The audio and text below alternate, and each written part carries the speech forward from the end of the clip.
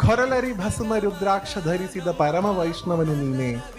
ഗരുഡ ഗമന നമ്മ പുരന്ധര വിട്ടലന പ്രാണപ്രിയനും നീനേന്നാണ്. എന്താ അതിന്റെ അർത്ഥം? അങ്ങനെ കേൾക്കാൻ നല്ല രസമുണ്ട്. ഖൊരലരി ഭസ്മ രുദ്രാക്ഷ ധരിസിത പരമ വൈഷ്ണവനു നീനേന്നാ പറഞ്ഞത്. അതിന്റെ അർത്ഥം രുദ്രാക്ഷം ധരിച്ചിട്ടുള്ളവനും ത്രിപുണ്ഡം ധരിച്ചിട്ടുള്ളവനുമായിട്ടുള്ള ഭഗവാനെ. നോക്കൂ, വൈഷ്ണവ സമ്പ്രദായം ഫോളോ ചെയ്യുന്ന ആൾക്കാർ സാധാരണ രുദ്രാക്ഷം ധരിക്കാറില്ല. അവർ സാധാരണ തുളസി മാലയാണ് ധരിക്കുക. തുളസി ആ പാട്ടില്ല, അത് സാധാരണ അവർ ത്രിപുണ്ഡം ധരിക്കാറില്ല. അവര് ഗോപീചന്ദനമാണ് ധരിക്കാറുള്ളത്.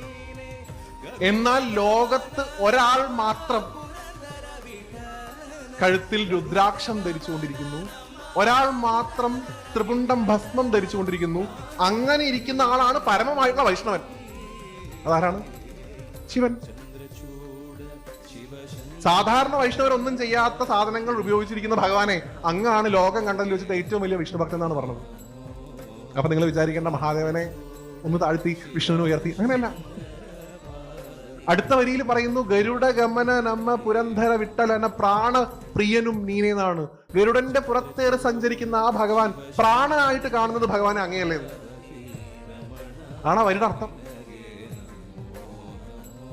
അത്രയധികം ഭേദഭാവം ഇല്ലാത്ത രണ്ട് ചൈതന്യങ്ങൾ അശ്വിനും വിഷ്ണു.